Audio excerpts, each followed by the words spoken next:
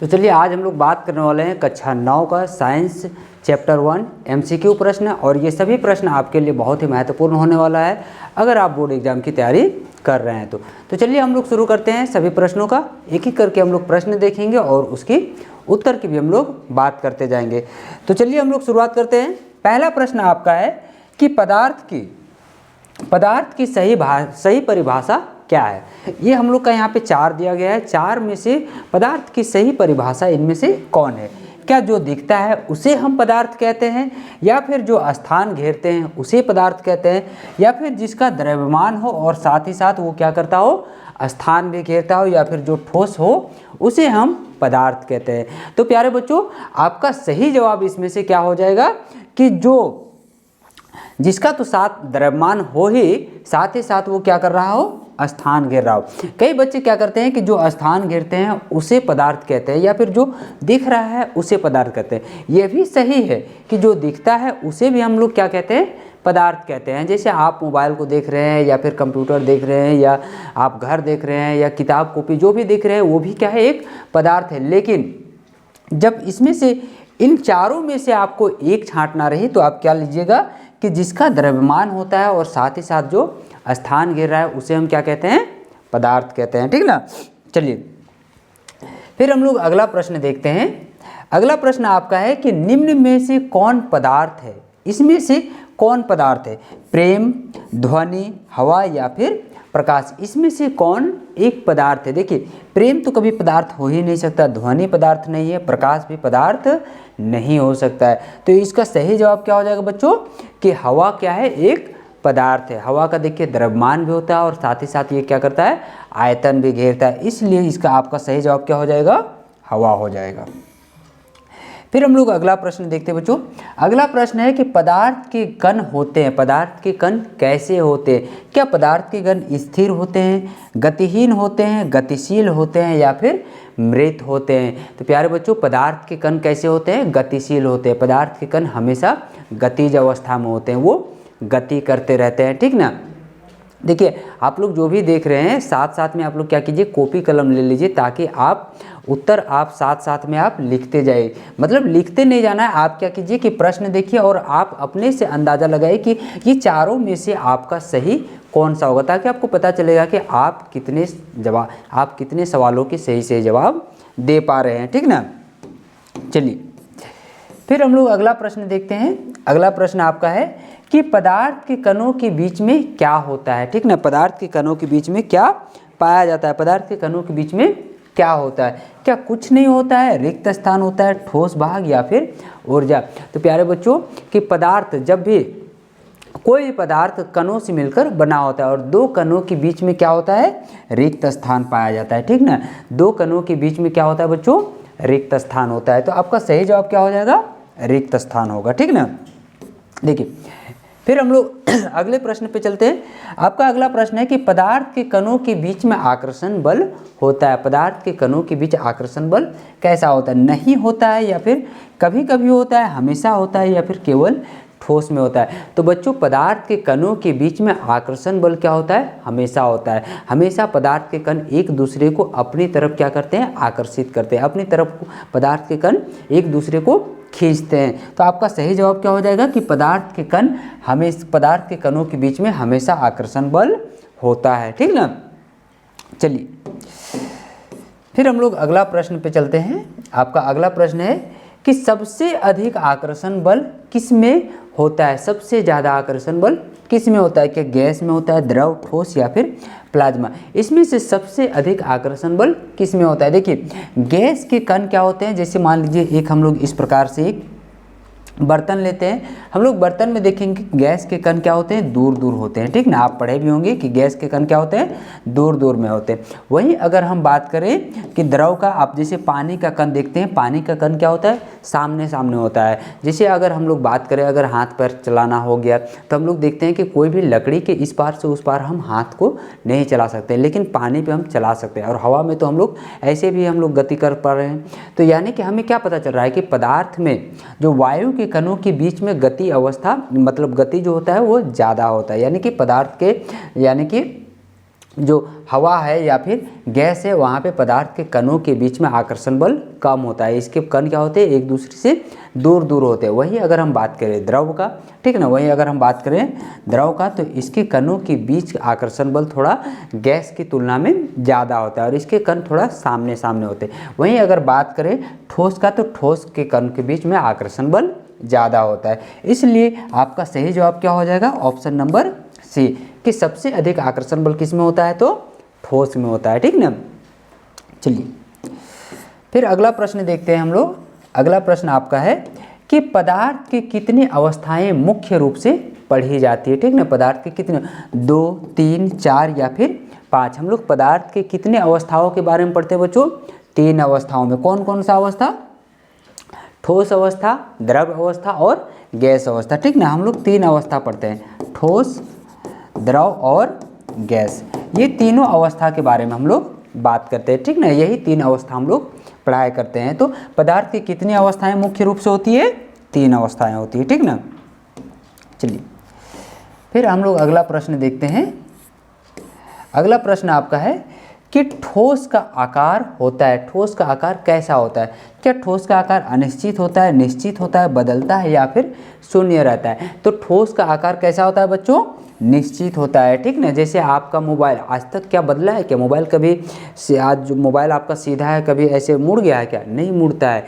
तो ठोस का आपके घर में जो बर्तन है वो क्या होता है, आज पहले जैसा देखे थे आज भी क्या है वैसे ही है। यानी कि जो भी ठोस है उसका आकार क्या होता है, निश्चित होता है। लेकिन वहीं अगर हम बात करें द्रव का, जैसे आप पानी आप जिस बर्तन में डालिएगा वो उसी आकार का हो जाएगा। ठीक ना, उसी के जैसा हो जाएगा। यानी कि द्रव के कण क्या होते हैं, अपने आकार को बदलते रहते हैं। वही गैस का बात करो तो गैस भी अपना आकार बदलता है, लेकिन ठोस का आकार क्या होता है बच्चों, निश्चित होता है। ठीक ना, ठोस अपना आकार नहीं बदलता है। फिर आपका अगला प्रश्न है कि द्रव का आकार होता है, द्रव का आकार कैसा होता है। क्या यह निश्चित होता है, अनिश्चित होता है, स्थिर होता है या फिर कठोर होता है। तो देखिए द्रव का आकार क्या होता है, इसका आकार अनिश्चित होता है। कैसा होता है बच्चों, द्रव का आकार अनिश्चित होता है, ये अपने आकार को बदलते रहता है। ठीक ना, चलिए फिर आपका अगला प्रश्न है कि गैस का आयतन कैसा होता है। गैस का आयतन निश्चित होता है, कम होता है, अनिश्चित होता है या फिर शून्य होता है। तो गैस का आयतन क्या होता है, अनिश्चित होता है। मतलब गैस को हम जिस बर्तन पे रखेंगे वो उसी बर्तन के आकार का हो जाएगा। ठीक ना, तो यानी कि हम लोग क्या पढ़े कि गैस का आयतन क्या होता है, अनिश्चित होता है। तो देखिए हम लोग 1 से लेकर 10 तक जो प्रश्न हम लोग बनाए, उस प्रश्न में आप कितने अंक लेकर आए, मतलब कितना प्रश्न आप सही किए हैं, कमेंट करके आप लोग बताते जाइए। और फिर हम लोग 11 से लेकर 20 तक हम लोग फिर से पढ़ेंगे और फिर से हम लोग काउंट करते जाएंगे। देखिए आपका अगला प्रश्न है कि कौन सी अवस्था सबसे अधिक संपीड्य है। ठीक ना, कौन सी अवस्था, ठोस अवस्था, द्रव अवस्था, गैस अवस्था या फिर सभी। तो देखिए संपीड्य का मतलब क्या है कि अगर हम लोग उसको अगर दबाएंगे, कोई भी अगर बर्तन में अगर ठोस, द्रव, गैस को रख के अगर हम लोग दबाएंगे तो सबसे ज़्यादा किस में दबेगा। ठीक ना, संपीड़न का मतलब एक दूसरे के कण को और ज़्यादा हम लोग सामने लेके आ सकते हैं। तो सबसे ज़्यादा हम किस में, देखिए अगर आप ठोस को अगर दबाइएगा तो क्या ठोस दबेगा, नहीं दबता है। द्रव में हल्का दबता है, लेकिन गैस में हम लोग ज़्यादा दबा पाते हैं। ठीक ना, तो आपका सही जवाब क्या हो जाएगा बच्चों, गैस अवस्था। ठीक ना, कि गैस अवस्था में सबसे अधिक क्या होता है, संपीड़य होता है। फिर आपका अगला प्रश्न है कि पदार्थ का गलनांक होता है, पदार्थ का गलनांक कैसा होता है। क्या जमने का ताप होता है, पिघलने का ताप, उबलने का ताप या फिर ठंडा होने का ताप। तो पदार्थ का गलनांक मतलब क्या है कि इसको पिघलने के लिए ताप दिया जाता है। जो हम गर्मी देते हैं तो इससे क्या होता है, पदार्थ पिघलता है, उसी को हम लोग क्या कहते हैं, गलनांक कहते हैं। जैसे बर्फ़ का गलनांक कितना है, 0 डिग्री सेल्सियस। ठीक ना, बर्फ़ क्या होता है, बर्फ़ पिघल करके क्या बना, पानी बना। जैसे लोहा को पिघलाया जाता है, जैसे जिप्सम को पिघला करके प्लास्टर ऑफ पेरिस बनाया जाता है। तो इसे हम क्या कहते हैं, पदार्थों का गलनांक कहते हैं। ठीक ना, चलिए फिर आपका अगला प्रश्न है कि बर्फ़ का गलनांक कितना है। अभी बताएं कि बर्फ़ का गलनांक कितना है बच्चों, 0 डिग्री सेल्सियस है। बर्फ़ 0 डिग्री सेल्सियस पे पिघल करके क्या बनता है, पानी बनता है। ठीक ना, चलिए फिर आपका अगला प्रश्न है कि जल का क्वथनांक कितना है, 50 degree Celsius, 90 degree Celsius, 100 degree या फिर 120 डिग्री। मतलब जल कितने डिग्री सेल्सियस में वाष्पीकृत होगा। तो जल का क्वथनांक कितना होता है बच्चों, 100 डिग्री सेल्सियस जल का क्वथनांक है, ठीक ना। चलिए आप लोग दो चीज़ याद रखिए, बर्फ़ का मतलब क्या बोलते हैं, बर्फ़ का गलनांक 0 डिग्री सेल्सियस, और वहीं फिर बर्फ़ से क्या बना, जल बना। और जल का अगर हम क्वथनांक की बात करें तो जल का क्वथनांक कितना होता है, 100 डिग्री सेल्सियस होता है। फिर अगला देखिए, अगला है आपका ऊर्ध्वपातन किसे कहते हैं। ऊर्ध्वपातन विधि इनमें से कौन सा है। क्या ठोस से द्रव मतलब ठोस पदार्थ से सीधे द्रव में परिवर्तन का होना ऊर्ध्वपातन है, या फिर द्रव से गैस बनना, ठोस से गैस बनना, या फिर गैस से द्रव बनना। ऊर्ध्वपातन किस में होता है, ठोस से गैस में परिवर्तित होना। जैसे हम लोग कपूर को जलाते हैं, ठीक ना, कपूर से क्या, कपूर पिघल करके फिर क्या द्रव अवस्था में प्राप्त होता है, नहीं होता है। ठोस जो कपूर ठोस अवस्था में वो सीधे जल करके क्या बनता है, गैस अवस्था में हो जाता है। तो इसी को हम लोग कौन सा विधि कहते हैं, ऊर्ध्वपातन विधि कहते हैं। ठोस से गैस में परिवर्तित होना, इसी को हम क्या कहते हैं बच्चों, ऊर्ध्वपातन। फिर आपका अगला प्रश्न है कि ऊर्ध्वपातन का उदाहरण है। ऊर्ध्वपातन का इसमें से कौन सा एक ऊर्ध्वपातन का उदाहरण है, नमक, बर्फ, कपूर या फिर चीनी। अभी बताएं कि इसमें से कौन ऊर्ध्वपातन है, तो कपूर है। कपूर क्या होता है, जल के सीधे क्या बनता है, गैस अवस्था में आता है। वो ठोस से सीधे गैस में परिवर्तित होता है, तो उसी को हम क्या कहते हैं, ऊर्ध्वपातन कहते हैं, ठीक ना। चलिए फिर आपका अगला है कि वाष्पीकरण। इसमें वाष्पीकरण होता है केवल क्वथनांक पर, किसी भी ताप पर, 0 डिग्री ताप पर या फिर 100 डिग्री सेल्सियस पर। क्वथनांक किस पर होता है, तो क्वथनांक मतलब वाष्पीकरण क्या होता है, किसी भी ताप पर कोई भी वस्तु क्या हो जाती है, वाष्पीकृत होती है। जैसे हम लोग देखते हैं कि पानी को हम लोग कम ताप भी देते हैं तो वो क्या हो जाती है, वाष्पीकृत होना शुरू हो जाती है। मतलब वो किसी भी ताप पे वाष्पीकृत हो सकता है, ठीक ना। यहाँ पे सिर्फ अगर हम लोग पानी का बोला जाता है या फिर तेल का बोला जाता है, तो अब जैसे अभी हम लोग खाना बनाते हैं तो खाना बनाते वक्त हम लोग तेल देते हैं, तो तेल भी क्या होने लगता है, कुछ देर के बाद वो वाष्पीकृत होने लगता है। तो इसलिए हम कह सकते हैं कि वाष्पीकरण किसी भी ताप पर वाष्पीकरण हो सकता है। वो 5 डिग्री सेल्सियस भी हो सकता है, 10 डिग्री भी, 50 डिग्री, 100 डिग्री, 200 डिग्री, मतलब किसी भी ताप पर कोई भी वस्तु क्या हो सकती है, पिघल सकती है। फिर अगला प्रश्न है कि उबलना होता है किसी भी ताप पर, केवल सतह पर, केवल क्वथनांक पर या केवल ठंड पर, ठीक ना। तो उबलना किस पर होता है, केवल और केवल क्वथनांक पर ही कोई वस्तु क्या होती है, उबलती है, ठीक ना। ये किसी भी ताप पर या केवल सतह पर नहीं, बल्कि क्वथनांक के ताप पर ही क्या होती है, कोई भी द्रव उबलती है, ठीक ना। चलिए फिर अगला प्रश्न देखिए, अगला प्रश्न आपका है कि वाष्पीकरण एक खाली जगह प्रक्रिया है। क्या ऊष्माक्षेपी अभिक्रिया या ऊष्माक्षेपी है, ऊष्माशोषी है, रासायनिक है या फिर स्थिर है। तो वाष्पीकरण किस प्रकार की प्रक्रिया है, तो यह एक ऊष्माशोषी प्रक्रिया है, ठीक ना। किस प्रकार की अभिक्रिया है, ऊष्माशोषी। मतलब जब किसी पदार्थ में हम ऊष्मा देते हैं तभी वो क्या होती है, वाष्पीकृत होती है। यानी कि उसे वाष्पीकृत होने के लिए क्या चीज़ की आवश्यकता पड़ रहा है, ऊष्मा की आवश्यकता पड़ रहा है। तो जिसमें भी ऊष्मा की आवश्यकता पड़ती है उसे हम क्या कहते हैं, ऊष्माशोषी कहते हैं। लेकिन अगर जिसमें ऊष्मा बाहर निकलता है उसे हम क्या कहते हैं बच्चों, ऊष्माक्षेपी, ठीक ना। तो आपका सही जवाब क्या हो जाएगा, ऊष्माशोषी हो जाएगा, ठीक ना। मनो समझ में आ रहा है ना बाबू। फिर अगला प्रश्न देखो, अगला प्रश्न है कि पसीना ठंडक क्यों देता है, ठीक ना। जब हमें पसीना आता है तो पसीना आने के बाद फिर हमारा शरीर क्या होता है, ठंडा लगने लगता है। तो पसीना से ठंडा क्यों होता है। जैसे आपको एक प्रश्न भी दिया जाता होगा कि गर्मियों के दिनों में हम सूती वस्त्र क्यों पहनते हैं, ठीक ना। या फिर जब हम लोग हाथ में पेट्रोल लेते हैं तो फिर हाथ हमें ठंडा क्यों लगता है, या फिर घड़े का पानी ठंडा क्यों लगता है। इस तरह से आप प्रश्न भी बनाए होंगे। तो उसी प्रकार है कि पसीना ठंडक क्यों देता है। क्या पसीना जम जाता है संघनन के कारण, वाष्पीकरण से, या फिर गलनांक से। तो पसीना हमें ठंडा क्यों देता है, तो वो वाष्पीकरण के कारण, ठीक ना। जब देखिए, जब हमारे शरीर में पसीना आया और पसीना को क्या किया, जो हम कपड़ा पहने हैं वो पसीना को उसको सोख लिया, उसके बाद वायुमंडल के तापमान के कारण वो पसीना क्या हो जाता है, वाष्पीकृत होता है। तो वाष्पीकृत होने के बाद हमारे शरीर के चारों तरफ क्या कर देता है, वायुमंडल को ठंडा कर देता है, जिसके कारण हमारे शरीर को कैसा महसूस होता है, ठंडा महसूस होता है। तो इसलिए हम कहते हैं कि पसीना ठंडक देता है वाष्पीकरण के कारण, ठीक है ना। पसीना क्या हो जाता है, वाष्पीकृत हो जाता है, जिसके कारण हमारा शरीर कैसा लगता है बच्चों, ठंडा लगता है। फिर देखिए, आपका अगला प्रश्न है कि वाष्पीकरण बढ़ता है, वाष्पीकरण किसके कारण बढ़ता है? क्या कम सतह क्षेत्र से, अधिक सतह क्षेत्र से, कम ताप से या फिर अधिक आर्द्रता से? वाष्पीकरण इनमें से कौन से कारण से बढ़ता है? तो देखिए, जब अधिक सतह क्षेत्र बढ़ जाएगा तो उसके कारण वाष्पीकरण का दर क्या हो जाएगा, बढ़ जाएगा।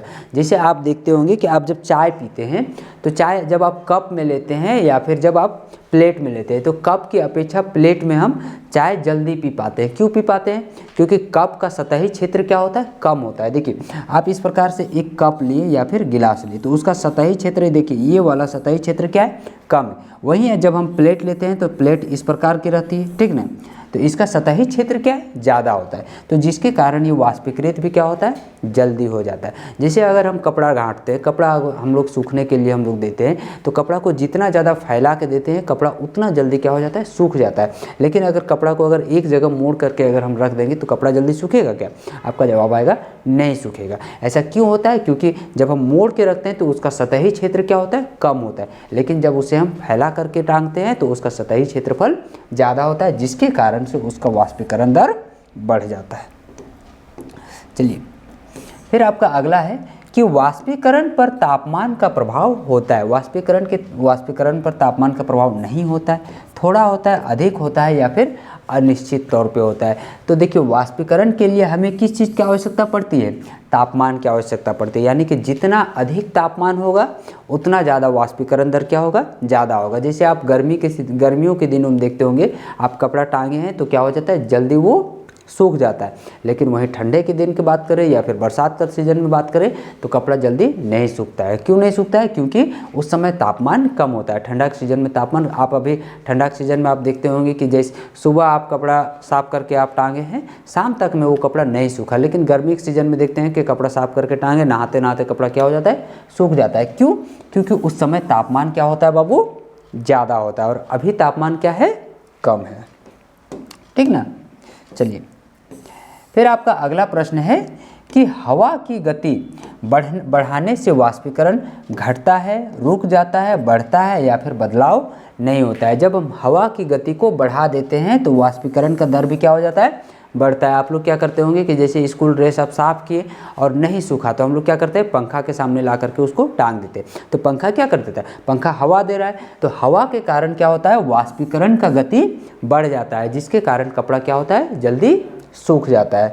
तो आप लोग इसका सही जवाब क्या होगा, वाष्पीकरण का गति हवा के चलते क्या हो जाता है, बढ़ जाता है। चलिए, फिर अगला देखिए, अगला प्रश्न है आपका, आर्द्रता बढ़ने पर वाष्पीकरण बढ़ता है, घटता है, समान रहता है या फिर अचानक बढ़ता है? आर्द्रता बढ़ने से वाष्पीकरण का दर क्या हो जाता है बच्चों, तो घट जाता है। जैसे वायुमंडल में क्या आ जाएगा, नमी आ जाएगा, ठीक ना। अभी जैसे ठंडा के सीजन में, वायुमंडल में क्या है, नमी है। आप देखते होंगे कि जिस दिन कुहासा रहता है उस दिन कपड़ा जल्दी नहीं सूखता है, ठीक ना। अभी आप लोग खेत बाड़ी में भी देखते होंगे, जब हम लोग पानी पटाते हैं, सिंचाई करते हैं तो वो ज़्यादा दिन तक नहीं सूखता है। लेकिन गर्मी के सीजन में हम लोग देखते हैं 2 दिन 3 दिन में खेत बाड़ी क्या हो जाता है, सूख जाता है। तो उसका कारण क्या है कि आर्द्रता जितना अधिक बढ़ेगा वाष्पीकरण उतना ज़्यादा घटेगा, लेकिन तापमान जितना ज़्यादा बढ़ेगा उतना ही ज़्यादा वाष्पीकरण भी क्या होगा, बढ़ेगा। यानी कि तापमान बढ़ने से वाष्पीकरण बढ़ेगा, तापमान घटने से वाष्पीकरण घट जाएगा, ठीक। फिर अगला देखिए, अगला प्रश्न है आपका कि दाब बढ़ाने पर गैस फैल जाती है, द्रव बन जाती है, ठोस बनती है या फिर नष्ट हो जाती है। जैसे जैसे हम लोग गैस में हम लोग क्या करते हैं, दाब बढ़ाते हैं तो वो क्या हो जाती है, द्रव बन जाती है। जैसे आपके घर में जो गैस सिलेंडर होगा, आप कभी सोचे कि ये इतना छोटा सा गैस सिलेंडर में 15 kg गैस भर गया, जबकि हम लोग पढ़े हैं कि गैस का जो कण होता है वो क्या होता है, काफ़ी दूर दूर तक होता है। तो उस जो गैस हम लोग उस पर प्रेशर से हम लोग डालते हैं तो वो गैस के कण बहुत एक दूसरे के काफ़ी नज़दीक आ जाते हैं और वो क्या बन जाते हैं, द्रव अवस्था में हो जाते हैं। अभी जैसे आप परफ्यूम वगैरह देखते होंगे, परफ्यूम का कौन सा फॉर्मेट में होता है, लिक्विड में होता है, ठीक ना। वो कैसा होता है, लिक्विड फॉर्मेट में। तो यानी कि दाब बढ़ाने पर गैस कौन सा अवस्था में हो जाता है, द्रव अवस्था में बन सकती है, ठीक ना। फिर देखिए आपका अगला प्रश्न है कि एलपीजी किस अवस्था में भरी जाती है। वही गैस सिलेंडर का अभी हम लोग बात किए, तो गैस सिलेंडर किस अवस्था में भरी जाती है, गैस अवस्था में, ठोस अवस्था में, द्रव अवस्था में या फिर प्लाज्मा। तो देखिए गैस कौन सी अवस्था में भरी जाती है बच्चों, तो गैस अवस्था में भरी जाती है। और वो जब सिलेंडर में जाता है तब सिलेंडर में जाने के बाद वो कौन सी अवस्था में परिवर्तित हो जाती है, द्रव अवस्था में, ठीक ना। जब दाब ज़्यादा बढ़ता है तब वो कौन सी अवस्था में परिवर्तित हो जाती है, द्रव अवस्था में। लेकिन उसे भरा कौन सा अवस्था में जाता है, गैस अवस्था में। चलिए फिर आपका अगला प्रश्न है कि सीएनजी का पूरा नाम क्या है, ठीक ना। सीएनजी का पूरा नाम क्या है, कॉम्प्रेस्ड नेचुरल गैस, ठीक ना, यही इसका पूरा नाम है। सीएनजी का पूरा नाम क्या है, कॉम्प्रेस्ड नेचुरल गैस। आप लोग इसको अच्छे से देखिए, फुल फॉर्म थोड़ा थोड़ा कभी पूछ देता है, जैसे एलपीजी का आपको पूछ देगा तो एलपीजी का क्या होता है, लिक्विड पेट्रोलियम गैस। उसी प्रकार से सीएनजी का पूरा नाम पूछा तो क्या हो जाएगा, कॉम्प्रेस्ड नेचुरल गैस, ठीक ना। चलिए फिर आपका अगला प्रश्न देखते हैं। अगला आपका आ गया कि ठोस में कणों की गति होती है। ठोस में कणों की गति कैसी होती है, क्या नहीं होती है, बहुत अधिक होती है, कंपन रूप में होती है या फिर स्वतंत्र रूप से होती है। तो देखिए ठोस में कणों की गति कैसी होती है, कंपन रूप में होती है, मतलब बहुत मतलब न के बराबर आपको दिखेगा ठोस में कणों की गति। जैसे अगर हम लोग हथौड़ी से भी कोई ठोस पदार्थ को पीटते हैं तो हमें वहाँ पे बहुत कम परिवर्तन दिखाई देता है, यानी कि उसे हम क्या कहेंगे, कंपन रूप में होती है। फिर देखिए आपका अगला है कि द्रव बहते क्यों हैं। कोई भी जब हम लोग देखते हैं द्रव पदार्थ को, जैसे पानी हो गया या फिर तेल हो गया, जो लिक्विड फॉर्मेट में है वो बहता क्यों है, क्या इसके कण दूर होते हैं इसके कारण, या फिर इसमें आकर्षण बल नहीं होता है, या फिर कण स्वतंत्र होते हैं, या फिर कण क्या होते हैं, गतिशील होते हैं। हम लोग पिछले प्रश्न से भी हम लोग बात करते हैं कि कण, पदार्थ के कण हमेशा कौन सी अवस्था में होते हैं, गति अवस्था में होते हैं। तो इसी कारण से द्रव के कण क्या हो जाते हैं, बहते हैं, ठीक ना, क्योंकि ये क्या होते हैं, गतिशील होते हैं। पदार्थ के कण हमेशा क्या होते हैं, गतिशील होते हैं। चलिए फिर हम लोग अगला प्रश्न देखते हैं। अगला प्रश्न आपका है कि गैस का घनत्व होता है, अधिक होता है, मध्यम होता है, बहुत कम होता है या फिर समान होता है। तो गैस के कण कैसा होता है बच्चों, गैस का कण कैसा होता है, तो गैस का कण का घनत्व बहुत ही कम होता है। अभी तक हम लोग कुल 30 प्रश्न पढ़ चुके हैं, ठीक ना। 30 प्रश्न में आपका कितना कितना सही जवाब हुआ, आकाश कितना हुआ तुम्हारा, 3। मात्र 3, और तुम्हारा 3। अच्छा, और फिर भी कितना, 5-6 सही, बाकी सब गलत। बताइए,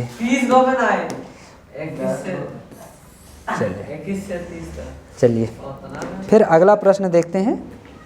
अगला प्रश्न आपका है क्वेश्चन नंबर 31।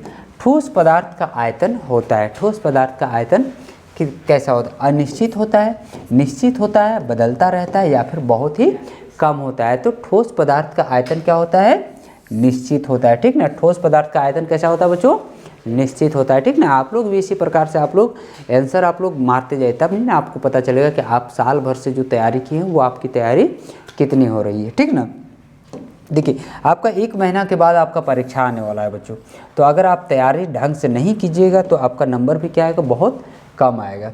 फिर देखिए आपका अगला प्रश्न है कि द्रव का आयतन होता है निश्चित, अनिश्चित, शून्य या फिर बहुत ही कम होता है। तो द्रव का आयतन किस प्रकार से होता है बच्चों, तो द्रव का आयतन निश्चित होता है, ठीक, अनिश्चित होता है। द्रव का आयतन किस प्रकार का होता है बच्चों, तो द्रव का आयतन अनिश्चित होता है, निश्चित होता है, द्रव का आयतन निश्चित होता है बच्चों, निश्चित होता है, ठीक ना।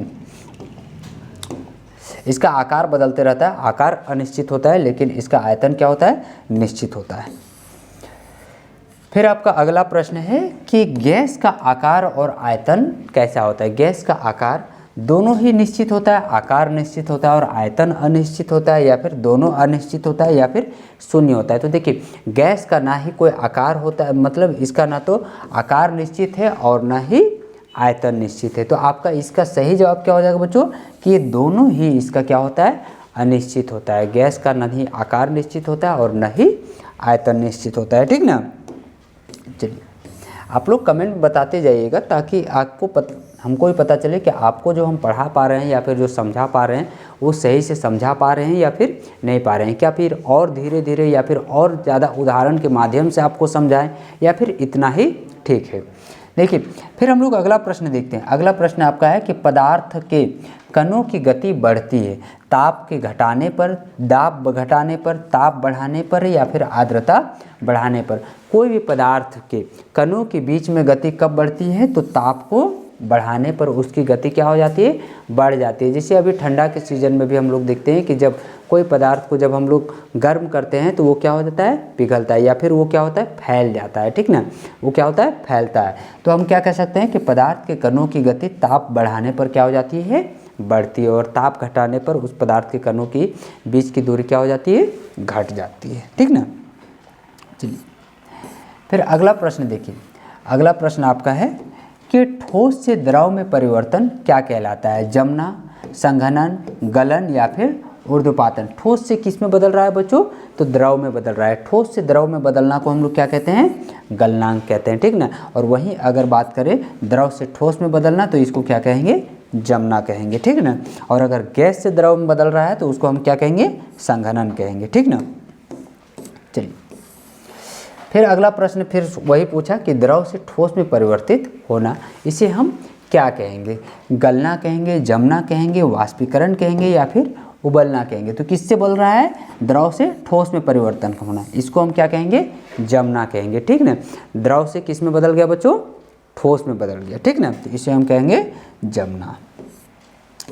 फिर आपका अगला प्रश्न है कि द्रव से गैस में परिवर्तन कहलाता है, किस में बदल रहा है, द्रव से गैस में, संघनन, गलन, वाष्पीकरण, या फिर जमना। तो देखिए जब हम पानी को गर्म करते हैं तो वो गैस में परिवर्तित हो जाता है, तो उसे हम क्या कहेंगे, वाष्पीकरण होना, उसे हम क्या कहते हैं बच्चों, वाष्पीकरण कहते हैं, ठीक ना।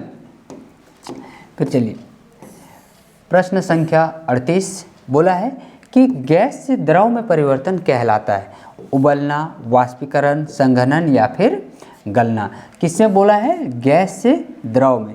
गैस से जो द्रव में बदल रहा है उसे हम क्या कहेंगे, संघनन करना, उसे हम क्या कहेंगे, संघनन, ठीक ना। जैसे पानी जो गैस में है उसके बदल के और क्या बन गया, पानी बन गया, तो उसे हम क्या कहेंगे कि जो पदार्थ के कण हैं वो एक दूसरे के करीब आके क्या बना लिए, पानी बना लिए, तो इसे हम कहेंगे संघनन। अगला देखिए, अगला आपका है कि बर्फ का जमवांक होता है 0 डिग्री, मतलब बर्फ का जमना, बर्फ का जमना, बर्फ कितना डिग्री में जमता है, यानी पानी से बर्फ बनना, 0 degree Celsius, 50 degree Celsius, 100 degree Celsius, या फिर -50 डिग्री सेल्सियस। तो जल से बर्फ कितना डिग्री में बनता है बच्चों, तो 0 डिग्री सेल्सियस पे अगर हम पानी को रखते हैं तो वो किस में बदल जाता है, बर्फ में बदल जाता है, ठीक ना। फिर देखिए आपका अगला है कि जल के क्वथनांक पर तापमान कितना रहता है, ठीक ना। ऐसा प्रश्न हम लोग बनाए हैं कि जल के क्वथनांक पर तापमान कैसा रहता है, बढ़ता है, घटता है, स्थिर रहता है, या फिर शून्य रहता है। तो जल के क्वथनांक पर तापमान क्या होता है, स्थिर होता है। मतलब अगर हम पानी को कितनों गर्म कर लें, आप उसको कितनों ज़्यादा आप गर्म करते जाएंगे वो क्या हो जाएगा, भाप बन के उड़ते जाएगा, लेकिन उसका तापमान जो है, उसका जो तापमान अगर उसका मापेंगे तो 100 डिग्री सेल्सियस से वो और ज़्यादा वो नहीं होगा। यानी कि उसका तापमान जल के क्वथनांक में मतलब 100 डिग्री से 101 डिग्री वो नहीं होगा। उसका अधिकतम तापमान कितना, क्वथनांक का तापमान कितना होता है, तो 100 डिग्री सेल्सियस होता है। तो वो क्या रहेगा, उस पर स्थिर रहेगा, उससे ज़्यादा वो बदलेगा नहीं। तो हम लोग 40 प्रश्न बनाए, तो आप फिर से एक बार काउंट कर लीजिए 31 से लेके 40 तक में आपका कितना सही आया, और कितने लोग 10 में से 10 बना लिए, मतलब 31 से लेके 40 प्रश्न में कितना कोई का सही जवाब आया। आप लोग कमेंट करके बताइए, ठीक ना। चलिए फिर अगला प्रश्न देखते हैं बच्चों। अगला प्रश्न आपका है कि कि गुप्त ऊष्मा का संबंध है, गुप्त ऊष्मा का संबंध किसमें, ताप परिवर्तन से, अवस्था परिवर्तन से, दाब परिवर्तन से या फिर आयतन परिवर्तन से। गुप्त ऊष्मा का संबंध इसमें से किससे है, तो किसमें है बच्चों, तो उसका अवस्था परिवर्तन से है, ठीक है। गुप्त ऊष्मा का संबंध अवस्था परिवर्तन से है। ओके, चलिए फिर अगले प्रश्न की ओर चलते हैं। आपका अगला प्रश्न है कि गलन की गुप्त ऊष्मा किससे संबंधित है, ठीक ना। गलन की गुप्त ऊष्मा इसमें से किससे संबंधित, क्या ठोस से द्रव बनना, द्रव से ठोस बनना, द्रव से गैस बनना या फिर गैस से द्रव बनना। तो गलन पूछा है, यानी कि ठोस से वो किस में बदल रहा है, द्रव अवस्था में परिवर्तित हो रहा है। ठोस से किस में बदला, द्रव में बदला, उसी को हम क्या कहेंगे, गलन कहेंगे, ठीक ना। फिर हम लोग अगला देखते हैं। आपका अगला प्रश्न है कि वाष्पीकरण की दर बढ़ती है। वाष्पीकरण का दर किसके कारण से बढ़ता है, क्या ताप कम होने पर, अधिक आर्द्रता होने पर या फिर अधिक सतह क्षेत्रफल या फिर हवा कम होने पर। तो वाष्पीकरण का दर इसमें से किनके कारण से बढ़ता है, तो किससे बढ़ता है, तो अधिक सतह क्षेत्र होने पर क्या होता है, वाष्पीकरण का दर बढ़ता है, ठीक ना। अधिक सतह क्षेत्र होने से वाष्पीकरण का दर क्या हो जाता है बच्चों, बढ़ जाता है। चलिए फिर अगला प्रश्न देखिए। आपका अगला प्रश्न है कि कपड़े जल्दी सूखते हैं आर्द्र मौसम में, ठंड मौसम में, हवा चलने पर या फिर छाया में। हम लोग कपड़ों को कहाँ पर हम लोग इसको टांगेंगे कि कपड़ा क्या हो जाएगा, जल्दी सूखेगा, क्या वायुमंडल में नमी है तब, या फिर ठंडा के सीजन में, या फिर हवा चलने से। हम लोग ठंडा के सीजन में भी हम लोग अगर पंखा के सामने कपड़ा को रख देते हैं तो कपड़ा क्या हो जाता है, जल्दी सूख जाता है। यानी कि आपका सही जवाब इसमें से क्या हो जाएगा बच्चों, हवा चलने पर कपड़ा क्या होता है, जल्दी सूखता है, ठीक है ना। तो आपका सही जवाब हो जाएगा ऑप्शन नंबर सी। फिर अगला प्रश्न देखिए। अगला प्रश्न आपका है कि पसीना आने से शरीर ठंडा होता है क्योंकि, संघनन, गलन, वाष्पीकरण या फिर जमना। ऐसा प्रश्न हम लोग बनाए हैं, कौन से कारण से होगा, तो वाष्पीकरण के कारण क्या हो जाएगा, पसीना आने पर शरीर क्या होता है बच्चों, ठंडा होता है, ठीक ना। मनु ध्यान नहीं दे रहा है बाबू, ध्यान दो इधर। फिर अगला प्रश्न पूछा है, अभी हम लोग मटका के विषय में बात किए थे। मटके में रखा पानी ठंडा रहता है क्योंकि, मटका में रखा हुआ पानी ठंडा हमें क्यों लगता है, क्या वाष्पीकरण के कारण, अरे गलन के कारण, वाष्पीकरण के कारण, उबलने के कारण या फिर संघनन होने के कारण। तो मटके में रखा हुआ पानी हमें ठंडा इसलिए लगता है क्योंकि जो मटका है वो मटका में छोटा छोटा छिद्र होता है, यानी कि जो हम लोग मिट्टी का जो बर्तन है उसमें हल्के हल्के मतलब पदार्थ, मिट्टी के जो कण के बीच में जो रिक्त स्थान रह जाता है वहाँ से क्या होता है, पानी बाहर निकलता है और वायुमंडल के तापमान के कारण वो पानी किस में बदल जाता है, वाष्पीकृत होता है, भाप बन जाता है, जिसके कारण आसपास के वायुमंडल को वो क्या कर देता है, ठंडा कर देता है। तो मटके में रखा पानी क्यों ठंडा होता है, तो वो वाष्पीकरण के कारण वो मटका में रखा हुआ पानी क्या होता है, ठंडा होता है। चलिए फिर अगला प्रश्न है आपका, गैसों को द्रव में बदला जा सकता है। गैसों को हम लोग द्रव में बदल सकते हैं, ताप बढ़ा करके, दाब घटा करके या फिर दाब बढ़ा करके या फिर आर्द्र बढ़ा करके। तो गैसों को द्रव में बदला जा सकता है। गैस को द्रव में कैसे बदला जा सकता है, तो हम लोग दाब बढ़ा करके हम लोग गैस को किस में बदल सकते हैं, द्रव में बदल सकते हैं, ठीक ना। जैसे हम लोग गैस सिलेंडर में हम लोग रखते हैं गैस को, कौन सी अवस्था में होता है, तो द्रव अवस्था में होता है।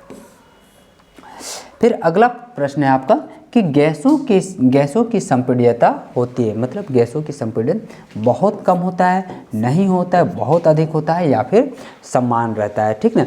तो देखिए गैस का संपीड़न क्या होता है, बहुत अधिक होता है, तभी तो हम लोग एक सिलेंडर में हम लोग क्या करते हैं, गैस को ज़्यादा से ज़्यादा भर करके रख पाते हैं। तो गैसों का संपीड़न क्या होता है, बहुत अधिक होता है, ठीक ना बच्चों। चलिए फिर अगला प्रश्न है आपका कि द्रव की संपीड्यता होती है। द्रव का संपीड़न होता है, कैसा होता है, बहुत अधिक होता है, बिल्कुल भी नहीं होता है, बहुत कम होता है या फिर निश्चित तौर पे होता है। तो द्रव का संपीड़न क्या होता है, बहुत ही क्या होता है, कम होता है। क्या होता है बच्चों, बहुत कम होता है, ठीक ना। द्रव का संपीड़न क्या होता है, बहुत कम होता है।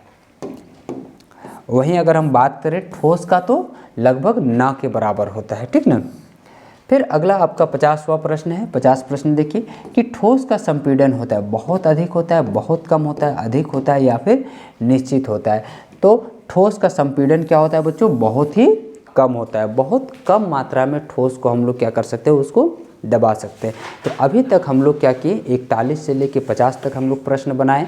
आप इसमें से 10 में से कितने प्रश्नों के सही सही जवाब दे पाए हैं ज़रा कमेंट करके बताएं। और एक बार आप फिर से काउंट कर लीजिए कि 1 से लेकर 50 तक आप टोटल कितने अंक लेकर आ पाए हैं, ठीक ना। 50 में से कितने बच्चे कम से कम 30 प्लस प्रश्न आप सही जवाब दे पाए हैं, कमेंट करके ज़रूर बताते जाइएगा ताकि आपका तैयारी का इससे पता चलते रहिएगा।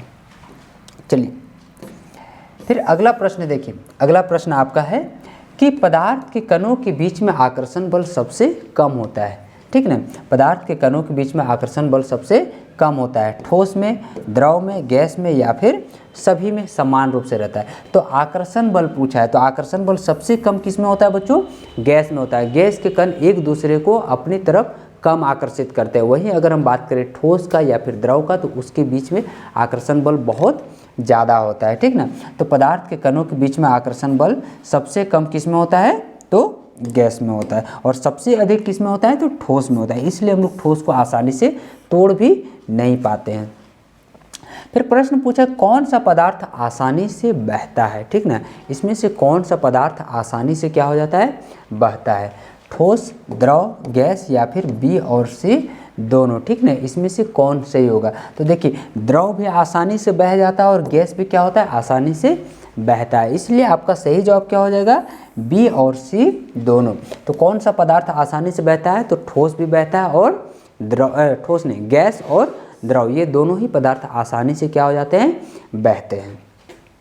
चलिए फिर आपका अगला प्रश्न है कि गैसें पूरे पात्र को भर देती है क्योंकि कण भारी होते हैं, आकर्षण बल इसमें अधिक होता है, कण स्वतंत्र रूप से होते हैं या फिर कण स्थिर होते हैं। तो गैस पूरे पात्र को क्यों भर देते हैं, तो इसके कण क्या होते हैं, पूरी तरह से स्वतंत्र होते हैं, यानी कि इसके कणों के बीच में आकर्षण बल काफ़ी कम होता है। तो ये पूरी तरह से स्वतंत्र है, जिसके कारण से जो जिस पात्र में हम रखते हैं उसको पूरी तरह से ये क्या कर देते हैं, भर देते हैं, ठीक ना।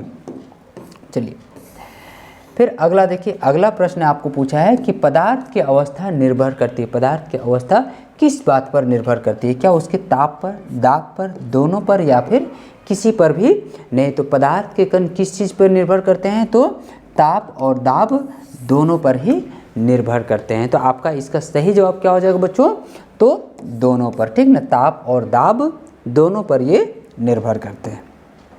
चलिए फिर आपका अगला प्रश्न है कि कपूर किस प्रक्रिया से उड़ जाता है, ठीक ना। क्या पूछा है कि कपूर कौन सी प्रक्रिया से उड़ जाता है, क्या वाष्पीकरण, उबलना, ऊर्ध्वपातन या फिर संघनन। तो कपूर को जब हम जलाते हैं तो वो क्या हो जाता है, ऊर्ध्वपातन विधि द्वारा ऊर्ध्वपातन हो जाता है, यानी कि वो सीधे ठोस से किस में परिवर्तित हो जाता है, गैस में परिवर्तित हो जाता है, ठीक ना। चलिए फिर आपका अगला प्रश्न है कि नाफ्थलीन बॉल का उदाहरण है गलन, जमना, ऊर्ध्वपातन या फिर संघनन। तो नाफ्थलीन का उदाहरण किस चीज़ से है बच्चों, तो इसका उदाहरण है ऊर्ध्वपातन से, ठीक ना। किस चीज़ से इसका उदाहरण, किस चीज़ से इसका उदाहरण है, तो ऊर्ध्वपातन का, ठीक ना। चलिए फिर अगला प्रश्न है कि वाष्पीकरण होता है केवल सतह पर, पूरे द्रव में, केवल तल में या फिर केवल क्वथनांक पर ही होता है। तो देखिए वाष्पीकरण केवल और केवल कहाँ पे होता है, सतह पर। जैसे देखिए एक बर्तन है, ठीक ना, इस बर्तन पे हम लोग यहाँ तक हम लोग क्या कर लिए, पानी भर दिए। तो पानी में गैस कहाँ पे बनेगा, ये ऊपर वाला हिस्सा में, केवल और केवल कहाँ पे होगा, सतह पर होगा, ठीक ना, वो नीचे नहीं होगा। चलिए फिर अगला प्रश्न देखिए। अगला प्रश्न है कि उबलना होता है केवल सतह पर, केवल ठंड में, पूरे द्रव में या फिर किसी भी ताप पर। तो उबलना किस पर होता है, तो पूरे के पूरे द्रव में वो क्या होता है, उबलता है, नीचे से लेके ऊपर तक वो क्या होता है, उबलते रहता है। तो आपका सही जवाब क्या हो जाएगा, ऑप्शन नंबर सी। फिर आपका अगला प्रश्न है कि वाष्पीकरण एक प्रक्रिया है, वाष्पीकरण एक प्रक्रिया ऊष्माक्षेपी का, ऊष्माशोषी का, रासायनिक का या फिर जैविक का। तो इस प्रकार के भी प्रश्न हम लोगों ने देखा था कि वाष्पीकरण एक ऊष्माशोषी प्रक्रिया है, ठीक ना। ऊष्मा, इसमें उबलने के लिए क्या चीज़ की आवश्यकता पड़ती है बच्चों, तो ऊष्मा की आवश्यकता पड़ती है, इसलिए इसका सही जवाब क्या हो जाएगा, ऊष्माशोषी हो जाएगा। चलिए फिर अगले प्रश्न पे हम लोग चलते हैं। अगला प्रश्न है आपका कि पदार्थ के कणों में ऊर्जा होती है, पदार्थ के कणों में ऊर्जा नहीं होती है, केवल ठोस में होती है, केवल द्रव में होती है, या फिर सभी अवस्थाओं में होती है। तो देखिए पदार्थ के कणों के बीच में ऊर्जा जो होती है वो सभी अवस्थाओं में होती है, ठीक ना, ठोस अवस्था में भी, द्रव अवस्था में भी और गैस अवस्थाओं में भी। तो इसका सही जवाब क्या हो जाएगा? ऑप्शन नंबर डी इसका सही जवाब हो जाएगा। चलिए फिर देखिए, फिर अगला प्रश्न है आपका कि गैसों का घनत्व सबसे अधिक होता है, कम होता है, समान होता है, या फिर अनिश्चित होता है। क्या पूछा है? गैस का घनत्व। तो गैस का घनत्व सबसे क्या होता है? कम होता है, क्योंकि इनके कणों के बीच की दूरी क्या होता है? ज़्यादा होती है। तो जिसके भी कणों के बीच की दूरी ज़्यादा होगा उसका घनत्व सबसे कम होगा, और जिसके कणों के बीच की दूरी कम होगी उसका घनत्व ज़्यादा होगा। घनत्व का मतलब है कि कौन ज़्यादा भीड़ में है, यानी कि कौन ज़्यादा सटा हुआ है, कौन कितना पास में है। तो गैस का कण क्या होता है? काफ़ी दूर दूर तक होता है, लेकिन वहीं बात करें ठोस का, तो ठोस का कण काफ़ी एक दूसरे के नज़दीक होता है। तो इसलिए इसका सही जवाब क्या हो जाएगा? ऑप्शन नंबर बी हो जाएगा। चलिए फिर अगला प्रश्न देखिए। अगला प्रश्न है आपका ठोस पदार्थ कठोर होता है क्योंकि कण इसके दूर होते हैं, आकर्षण बल कम होता है, कण पास पास होते हैं, या फिर कण स्वतंत्र होते हैं। तो ठोस पदार्थ कठोर होता है क्योंकि इसके कण क्या होते हैं? एक दूसरे के काफ़ी नज़दीक होते हैं, ठीक ना, काफ़ी पास में होता है। तो जितना पास में उसका आकर्षण बल क्या है? ज़्यादा है, वो एक दूसरे को काफ़ी मजबूती से क्या है? पकड़ के रखा हुआ है, जिसके कारण वो कठोर होता है। ओके, चलिए फिर अगले प्रश्न पे चलते हैं बच्चों। आपका अगला प्रश्न है कि द्रव का आकार क्यों बदलता है, ठीक ना, द्रव का आकार क्यों बदलते रहता है? क्या इसके कण स्थिर होते हैं, या फिर कण गतिशील होते हैं, आकर्षण बल अधिक होता है, या फिर आयतन नहीं होता है, ठीक ना। द्रव का आकार क्यों बदलते रहता है? तो क्योंकि इसके कण क्या होते हैं? गतिशील होते हैं, ठीक ना। क्यों द्रव का आकार क्यों बदलते रहता है? जब भी हम लोग बोतल, जैसे एक बोतल में या फिर एक जग में, एक गिलास में आप पानी लेते हैं, चाय लेते हैं, और हम लोग जिधर जग या बोतल को हम लोग जिधर घुमाते हैं पानी क्या हो जाता है? उधर मुड़ जाता है। तो वो क्यों बदलते रहता है अपना आकार को? क्योंकि उसके कण क्या होते हैं बच्चों? गतिशील होते हैं, ठीक ना। द्रव के कण क्या होते हैं? गतिशील होते हैं, जिसके कारण वो क्या होता है? अपना आकार बदलते रहता है। जिस पात्र पर हम लोग रखते हैं वो उसी आकार का हो जाता है। फिर पूछा है कि गैस का दाब बढ़ाने पर आयतन बढ़ता है, घटता है, समान रहता है, या फिर शून्य हो जाता है। तो गैस का दाब बढ़ाने पर आयतन क्या हो जाता है बच्चों? तो गैस का दाब बढ़ाने पर उसका आयतन घटता है, ठीक ना, उसका जगह क्या हो जाता है? कम होने लगता है, ठीक ना। तभी तो हम लोग गैस को एक जगह पे ज़्यादा गैस को हम लोग रख पाते हैं।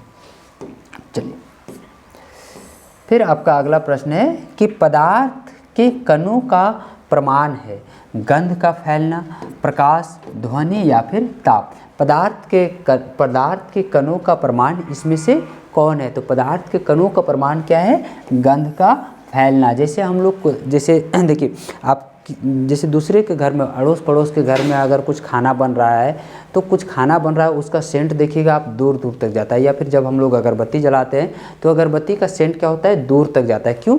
तो क्या जब उसे हम गर्म करते हैं तो कण क्या हो जाते हैं? दूर दूर तक हो जाते हैं, वो फैल जाते हैं, वो दूसरे जगह तक पहुँचते हैं। इसी कारण से हमें पता चलता है। तो पदार्थ के कणों का प्रमाण क्या है? गंध का फैलना। ओके,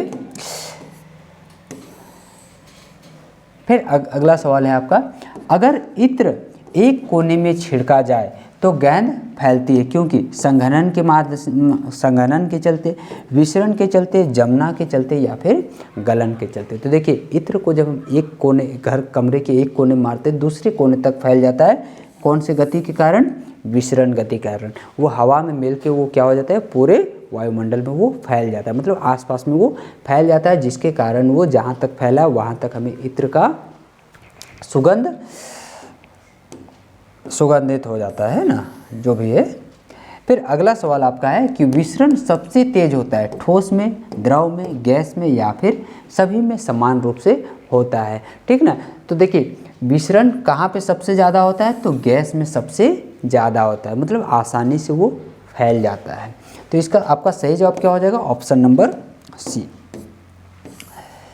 फिर अगला प्रश्न है आपका कि पदार्थ के कणों की गति सबसे अधिक होती है, ठीक ना, पदार्थ के कणों की गति सबसे अधिक होती है ठोस में, द्रव में, गैस में या फिर सभी में एक समान रूप से। देखिए पदार्थ के कणों की गति सबसे अधिक कहाँ पे होती है बच्चों, तो कहाँ पे होती है पदार्थ के कणों की सबसे अधिक, तो गैस में होती है, ठीक ना, पदार्थ के कणों की गति सबसे अधिक कहाँ होती है, गैस में होती है।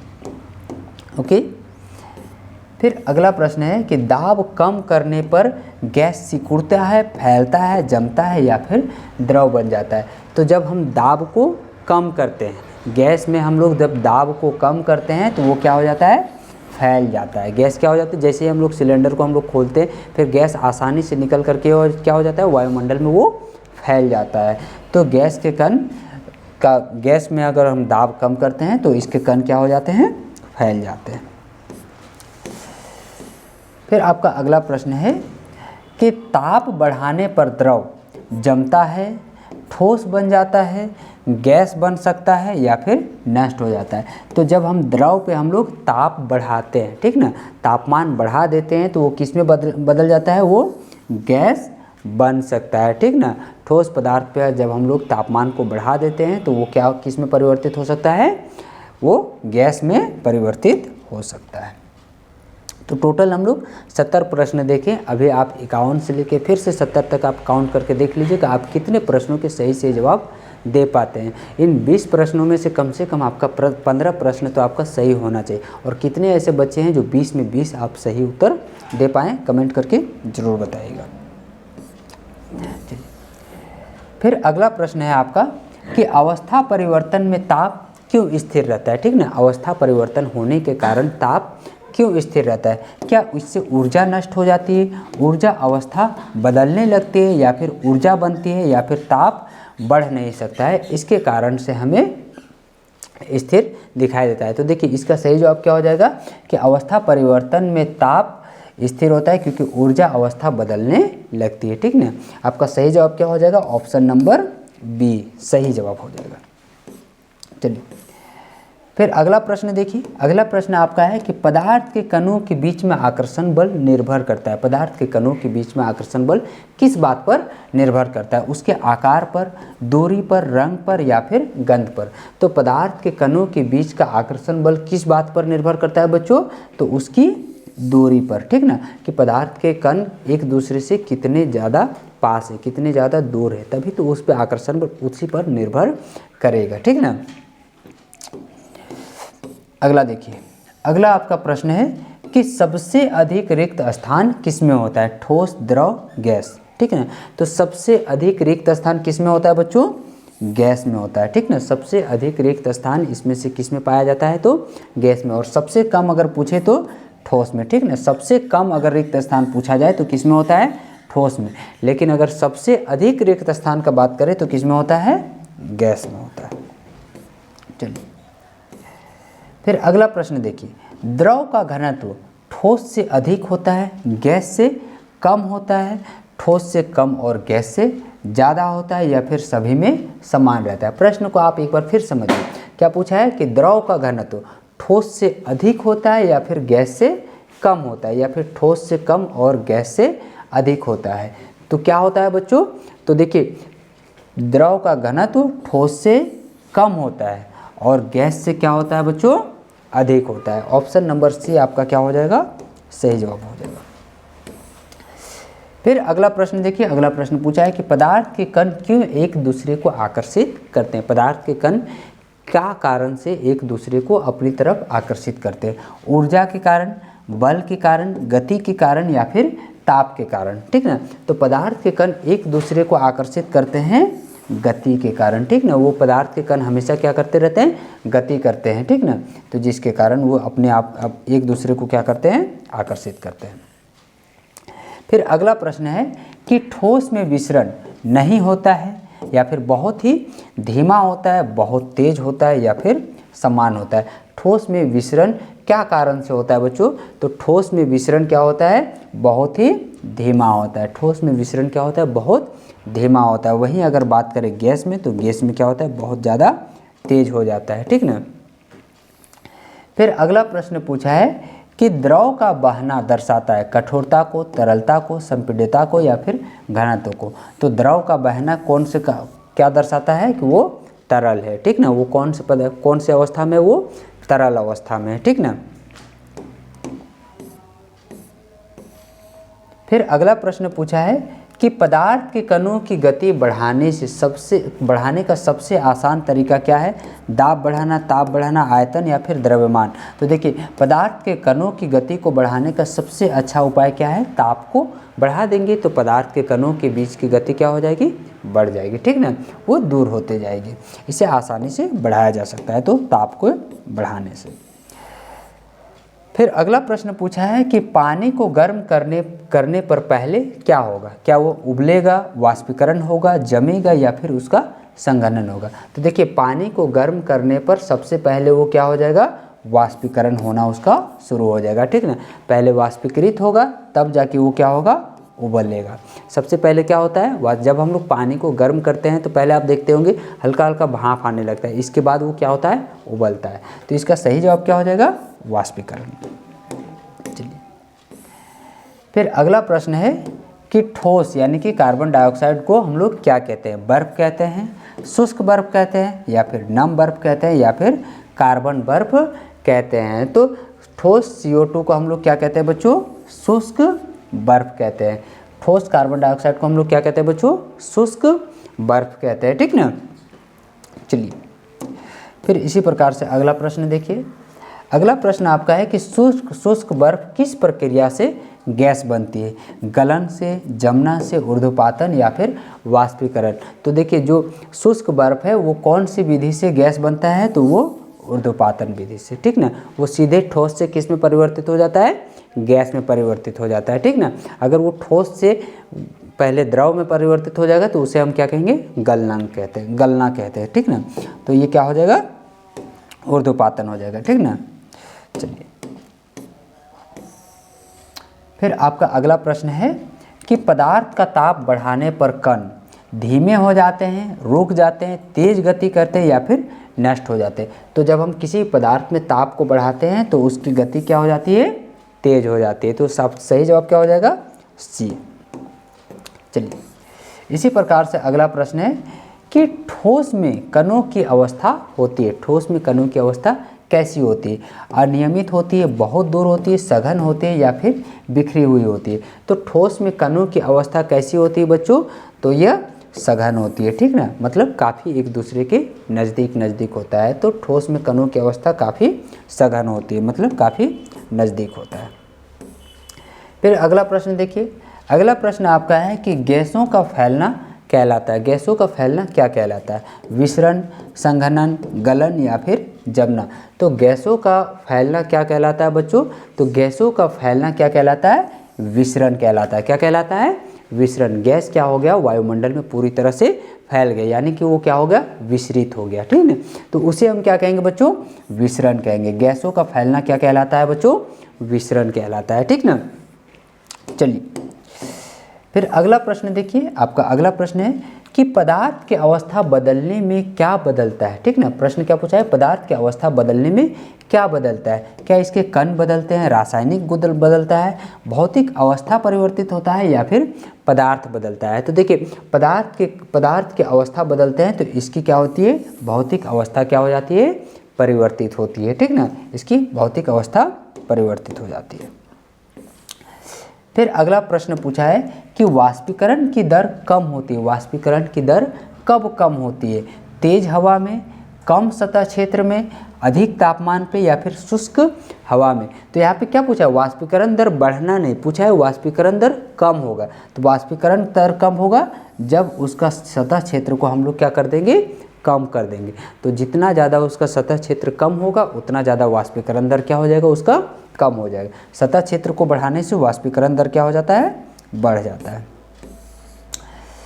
फिर अगला प्रश्न है कि उबलने पर बुलबुले बनते हैं क्योंकि? उबलने पर बुलबुले क्यों बनते हैं? क्या हवा निकलती है, गैस बनती है, द्रव जमता है या फिर ताप घटता है? उबलने पर बुलबुले क्यों बनती है? तो क्या होते हैं? वहाँ पे गैस बनने लगता है। क्या होता है बच्चों, वहाँ पे गैस बनने लगती है, जिसके कारण वो क्या होता है, बुलबुले बनने शुरू हो जाते हैं और बुलबुला क्या होता है, ऊपर आके फूट जाता है और फिर वो गैस बाहर निकलता है। मतलब देखिए, आप एक बर्तन में पानी को गर्म कर रहे हैं, तो पानी यहाँ नीचे भी गर्म हुआ, ठीक ना, और यहाँ से वो क्या हो गया, वो वायु बन के वो क्या हुआ, बुलबुला ऊपर आया और ऊपर आके वो बुलबुला क्या हो जाता है, फूट जाता है और वो गैस क्या हो जाती है, बाहर निकल जाती है, ठीक ना। तो गैस कहाँ से निकलता है, वो ऊपर से ही निकलता है।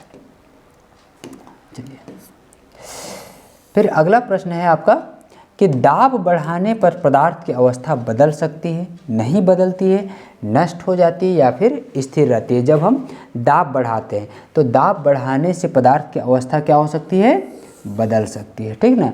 जैसे जैसे हम लोग दाब बढ़ाएंगे वैसे वैसे पदार्थ की अवस्था क्या हो जाएगी, बदलेगी, ठीक ना।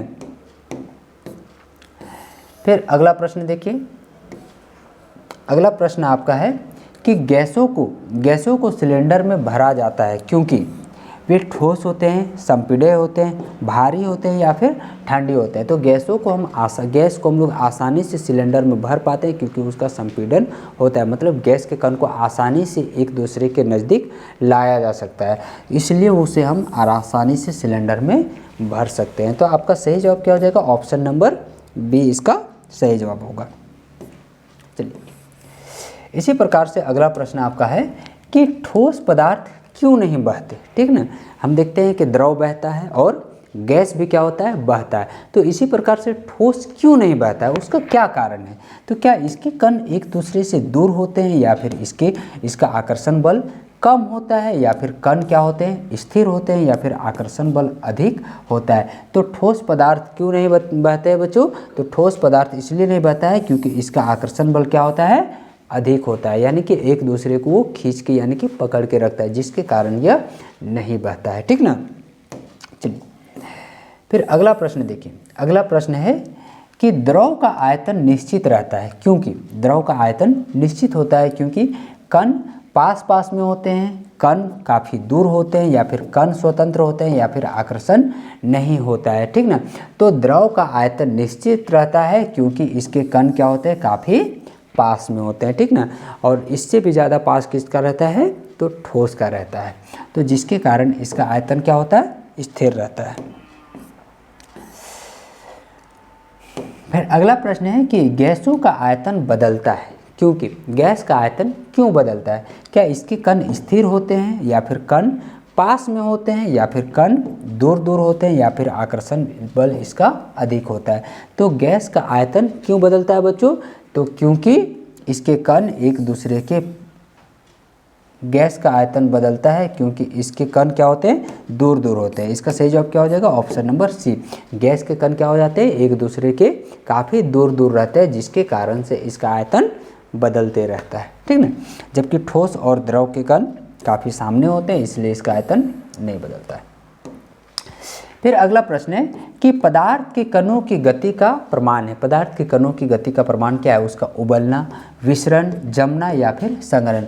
तो पदार्थ के कणों की गति का प्रमाण क्या है बच्चों, तो पदार्थ के कणों की गति का प्रमाण है उसका विसरण, ठीक ना। उसका क्या है, विसरण, कि वो हवा में विसरित हो जाता है या किसी भी पदार्थ में आसानी से वो मेल जाता है। तो इसी को हम कहते हैं कि पदार्थ के कण क्या होते हैं, गतिशील हो जाते हैं, मतलब वो किसी भी पदार्थ में आसानी से मिल जाते हैं। जैसे हम लोग शरबत बनाते हैं, तो हम लोग देखते हैं कि जो चीनी है वो पानी में आसानी से क्या हो गया, मिल गया, तभी तो हम कहेंगे कि वो उस पर क्या हो गया, विसरित हो गया। तो इसका सही जवाब क्या हो जाएगा, विसरण हो जाएगा। ओके, चलिए, फिर अगला प्रश्न है आपका कि ताप घटाने पर गैस फैलती है, द्रव बन सकती है, ठोस बनती है या फिर नष्ट हो जाती है।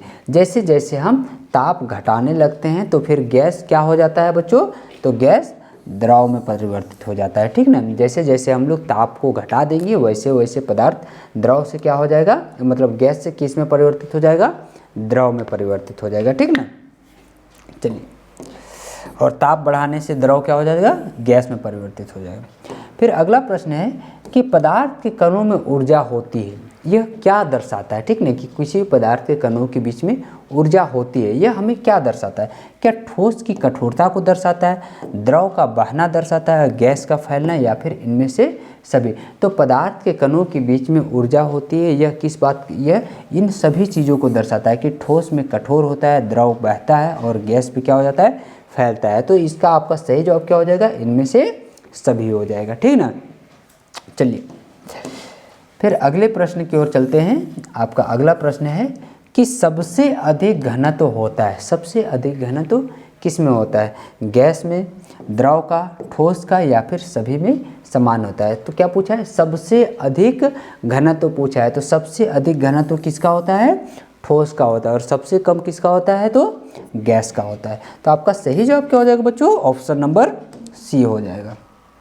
चलिए फिर अगला प्रश्न है आपका कि द्रव और गैस में समानता है। द्रव और गैस में क्या समानता है? क्या इसका आकार एक जैसा होता है, आयतन होता है, बहने की क्षमता, या फिर कठोरता?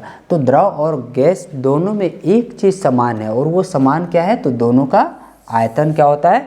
निश्चित होता है। दोनों का ही आयतन क्या होता है? निश्चित होता है, ठोस का भी और द्रव का। जबकि इसका आकार दोनों का अलग अलग होता है। ठोस का आकार निश्चित होता है और द्रव का आकार अनिश्चित होता है, और बहने की क्षमता भी दोनों में अलग अलग, मतलब अलग अलग होता है। अच्छा, यहाँ पूछा है द्रव और गैस में समानता ना, द्रव और गैस में समानता। तो इसमें क्या होती है कि इसकी आकार, बहने की क्षमता। चलिए अगला प्रश्न देखते हैं। अगला प्रश्न पूछा है कि पदार्थ की अवस्था का अध्ययन कहलाता है। पदार्थ की अवस्था का अध्ययन क्या कहलाता है? भौतिकी, रसायन, जीव विज्ञान, या फिर भूगोल? पदार्थ की अवस्था का अध्ययन क्या कहलाता है बच्चों?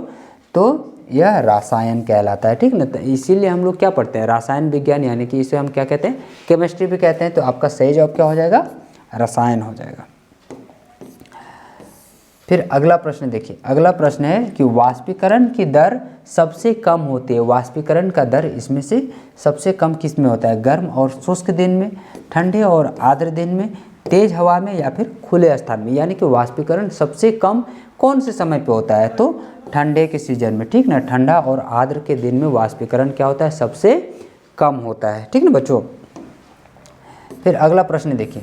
अगला प्रश्न है कि इस अध्याय का मुख्य विषय क्या है? जो हम लोग अभी पढ़े उस अध्याय का मुख्य विषय क्या है? ये प्रश्न आप लोग खुद से जवाब दीजिएगा इसका, ठीक ना, कि आप लोग इस प्रश्न से आप लोग क्या क्या सीखे। और सभी लोग आप लोग कमेंट करके बताइएगा एक बार कि आप 1 से लेकर 100 तक के प्रश्नों में कितने प्रश्नों के सही सही जवाब दे पाए। ऐसे कितने बच्चे हैं जो 80 में, मतलब 100 में कम से कम 80 प्लस सही सही जवाब दे पाए।